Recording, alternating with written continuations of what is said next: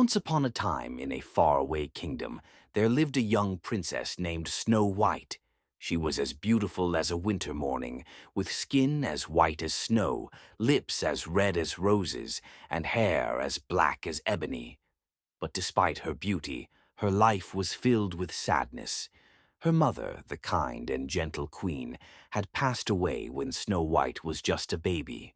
Her father, the king, had married again, and his new queen was not kind at all. She was proud and vain, and above all, she could not bear the thought of anyone being more beautiful than herself. Every day the queen would stand before her enchanted mirror and ask, "Mirror, mirror on the wall, who is the fairest of them all?" And every day the mirror would answer, "You, my queen, are fair, it's true, but Snow White is fairer than you." The queen's heart burned with jealousy. She could not allow Snow White to outshine her. So she devised a wicked plan. One day she called for the royal huntsman and gave him a terrible order. "Take Snow White deep into the forest," she commanded, "and make sure she never returns." The huntsman's heart was heavy, for he had always been fond of the gentle princess. But he had no choice. He led Snow White far into the woods, where the trees grew tall and dark. When they reached a lonely clearing, he could go no further. "Run, princess," he whispered. "Run far away and never return to the castle. The queen wishes you harm." Terrified and confused, Snow White ran as fast as her feet could carry her. Deeper and deeper into the forest she went, where the shadows danced and strange sounds whispered in the night. She stumbled over roots and brushed past thick branches, her heart pounding in her chest.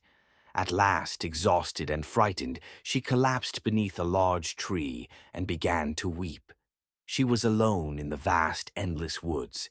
But just as she thought all hope was lost, she noticed something in the distance. A tiny cottage stood nestled among the trees, its windows glowing warmly in the fading light. Summoning her courage, Snow White stepped inside. It was the smallest, coziest house she had ever seen. Tiny chairs surrounded a little wooden table. A row of small beds stood neatly against the wall. Everything was perfectly arranged, but, oh, it was all so very dusty. "Whoever lives here must be very busy," she thought.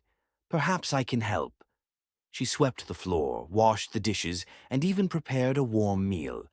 Then, feeling tired from all the excitement, she yawned and climbed into one of the tiny beds, falling fast asleep.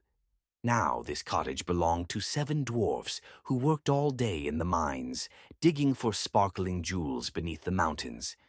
That evening they returned home, their boots dusty and their pockets filled with glittering gems. But when they stepped inside, something was different. "Someone's been sitting in my chair," one dwarf exclaimed. "And someone's eaten from my bowl," cried another. They tiptoed into their bedroom and found Snow White sleeping peacefully in their beds. At that moment she stirred, rubbing her eyes in confusion. "Oh, I'm so sorry," she gasped. "I didn't mean to intrude. I was lost in the forest and found your lovely home." The dwarfs saw how kind and gentle Snow White was, and their hearts filled with warmth. "Stay with us," they said. "We will keep you safe."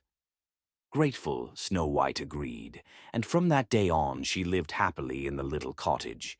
She sang as she helped with chores, laughed with her new friends, and for the first time in a long while, she felt truly safe. But far away, back at the castle, the queen stood before her mirror once more. "Mirror, mirror on the wall, who is the fairest of them all?" she asked, expecting to hear her own name. But the mirror shimmered and spoke. "You, my queen, are fair, it's true, but Snow White, deep in the forest, is still fairer than you." The queen's face twisted with rage. Snow White was alive. She could not allow it, and so she devised an even crueler plan. Disguising herself as an old peddler woman, she made her way into the forest, carrying a basket filled with bright, shiny apples.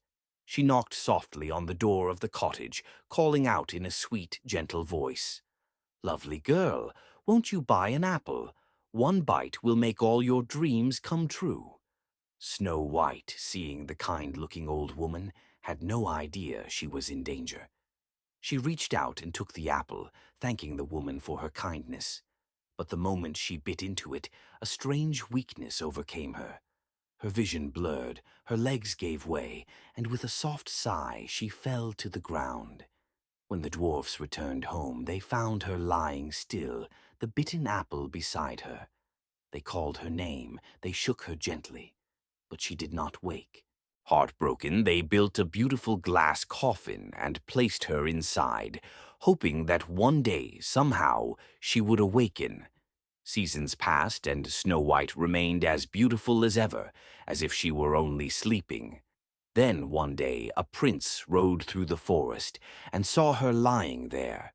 He had heard tales of her kindness and beauty, and his heart was moved.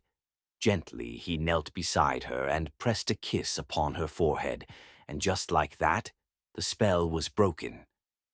Snow White's eyes fluttered open, and she sat up with a gasp. "The spell is lifted," she whispered. "I am alive." The dwarfs cheered with joy, and the prince, overjoyed, took Snow White's hands in his own. "Come with me," he said. "Be my queen, and we shall live happily ever after." And so Snow White bid farewell to her dear friends, promising to visit them often. She rode away with the prince to his castle, where they were married in a grand celebration. The kingdom rejoiced, and the wicked queen, upon hearing the news, vanished in a fit of rage, never to be seen again. And from that day forward, Snow White lived a life full of love, happiness, and laughter. And so, my dear listener, this tale reminds us that kindness and goodness will always triumph over jealousy and cruelty.